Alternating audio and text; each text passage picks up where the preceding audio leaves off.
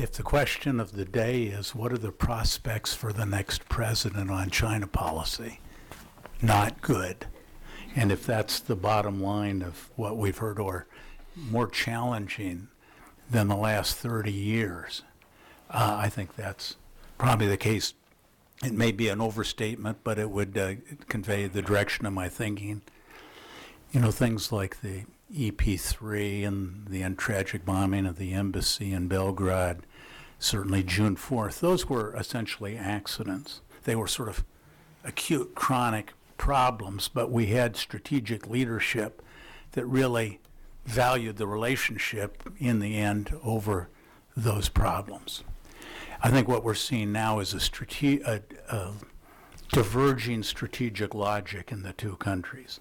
And therefore, it's a long-term debilitating, maybe not so long-term, but a debilitating, chronic, difficult to deal with problem. So we're into terra incognita, at least in the last 30 years, would be my general take. I just really want to make 2 points about the what's facing the next administration. We spent a lot of time on the security domain, and I think that's absolutely required and necessary. But I think the macro policy problem that the next administration's going to pay is where do we put the security frictions in the complex combination of all the economic benefits that we still have with China, although not ignoring all the economic problems either, but that's we're both big net win-win on the economic side. And sort of the need to cooperate on global issues, broadly speaking. Climate change, wherever you put it on the list, is important. Maintaining stability in the global economy, global health, that basket of issues. So I think a macro policy problem the next administration has is how do we weigh this strategic deterioration, its consequences, its severity, vis-a-vis the other issues, some of which are in their own way security issues. So I think that's a big problem. Secondly, where does China fit, even in the security realm, in the realm of security problems facing the U.S. I'm somewhat dismayed at the administration on sort of Monday, Wednesdays, and Fridays talks about Russia's the big problem. We've got ISIS as a continuing big problem. We've got conflicts going in Libya, Syria, Afghanistan, Iraq. Where do those fit in?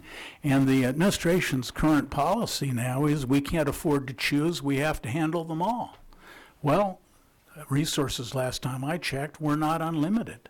So what's the priority going to be? And I think that's a real problem for whoever's going to be the next administration. Also, what is going to be the balance between generally foreign policy and domestic needs? I think the United States has to worry about comprehensive national power and how do we rebuild it, and is anyone going to take us seriously if we don't have it? So I think, in a way, those are the granddaddy issues that we have to have some progress on, as well as what we think about China most narrowly. So that's sort of set of issues one. The other thing I want to just talk about is the transition to a new administration, sort of the 100 days or the first year of the administration. What are some of the issues that every administration is going to face, but will be particularly important in light of and I agree with the analysis you've heard now. So we've got to organize ourselves properly. So it seems to me the first thing is, given the magnitude of the problems, this is a problem that's dealing with China is going to require presidential leadership, president organizing their administration to play a very important role. Now, there's been a big debate, and it'll come up in questions, I'm sure, but I think this probably means, for me, it means 2 things if I look back on history. A strong National Security Council that has a strategic view that presumably reflects the president, and has strong leadership and strong clout over the line departments. So that what you'd have to have is a hands-on president and a strong centralized control over this. Also, I think in that same vein, you need somebody that's effectively, in the American system, doesn't have vice premiers. That's a really useful thing. Between the top leader and the line ministries, you need somebody to bring those chains together. Now, if I look back in American history not too far, I see Hank Paulson and the Bush administration. I guess just for shorthand, that's sort of what I have in mind. If you mean what do you don't have in mind, I don't have in mind where you had Geithner and Clinton co-managing China policy, to put not too fine a point on it. So whether you agree with that or not, the administration has to decide what it thinks about those forms of organization. Secondly, there's almost certainly going to have to clean up a lot of the rhetoric has already been uttered. But if we look back on, starting with Reagan, but moving through, the competitive political process has our people saying things that they may even not believe, or once they get in a governing role, find were ill-advised. But nonetheless, the first year kind of becomes cleaning up all the debris from the election. And it looks like there's going to be more than the usual amount of debris to clean up here. And we could all just sort of smile and say that's the cost of democracy, but it has an enormous long-term consequence for the credibility of what our leaders promise to get elected and then what they in fact do. So I don't look upon that as, I look on it as essential, but it comes at a cost. So I think we need to think about that. Then I think the president has to think about how he wants to interact with the Chinese. Just to throw it out there, we had in this current administration, the S and ED, when groups moved in each direction. It was caravans, people numbering in the hundreds.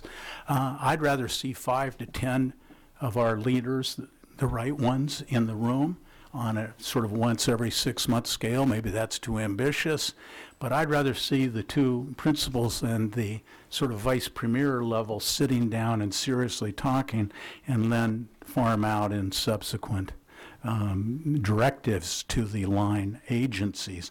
But in any case, whatever you think about that, we have to decide how we're going to engage China's leaders. Of course, they'll have something to say about that as well.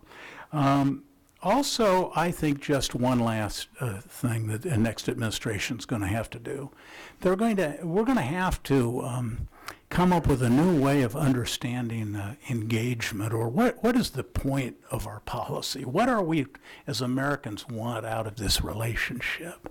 And I think that we could debate it, and it certainly will be debated, but I think we have to kind of start from the framework. China is now a dogwa. It's a big country. It's a big power. We can't think about help. That was a development agenda, patronizing, but development agenda.